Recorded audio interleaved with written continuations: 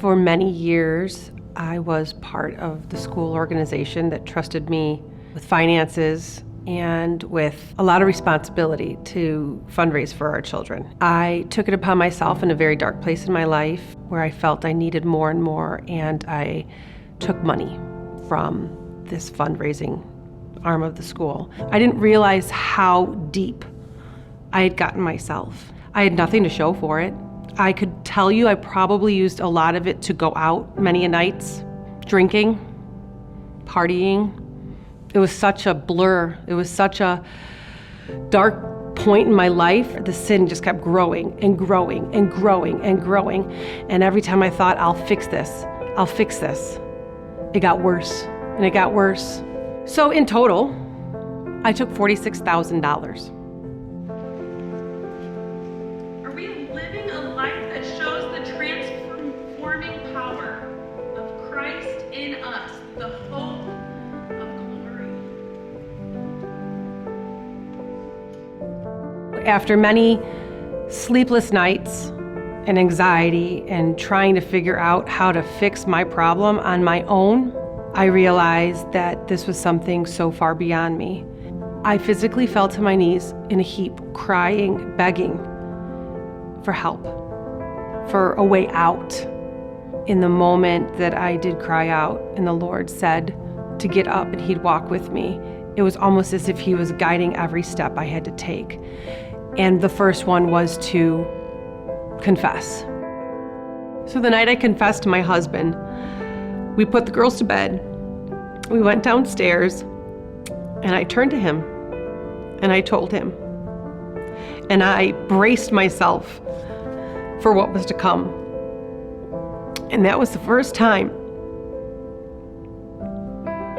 that I clearly saw God's grace. Because my husband, who, God love him, can get excited quickly, he calmly said, "We'll take care of this, Mel." He stood by my side more than I felt the day we got married. There was the legalities of the confession and the law of man that I knew I had to face the consequences of my sin in that confession. I confessed to the principal, and I did lose my job. Shortly thereafter, I was working for the school. Exactly 1 year later, the police came to my door, and it was time to face the music. And then there was sentencing, and I felt condemned by my neighborhood. I was afraid to walk into our neighborhood store for the sake of someone maybe saying something. I was ashamed. But at the same time, I was also hearing that God was saying, "No, lift your head up. I'm walking with you. I'm leading you. You don't need to worry about the condemnation of the world any longer when you know that you have been created and affirmed by God alone." There was grace, even in that confession. There was peace. There was finally rest. The relationship with my husband has been transformed. And that's only because of God.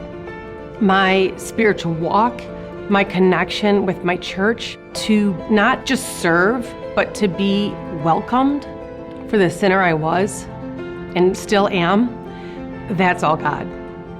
In condemnation of sin, there's darkness. When you give your life to the Lord, there's so much peace, there's so much light. I was trying so hard to make my path straight that I was twisting them, turning them. And it wasn't until that I said I need to live in Christ that my paths became straight. I could see clearly finally. He knew that we were going to stumble, but He also knew that He was going to be with us in that stumbling, and He was going to pick us up. We just had to reach out to Him. And when He reached out to me and grabbed my hands and pulled me up off of my knees, that day changed my life forever. And I would never turn back.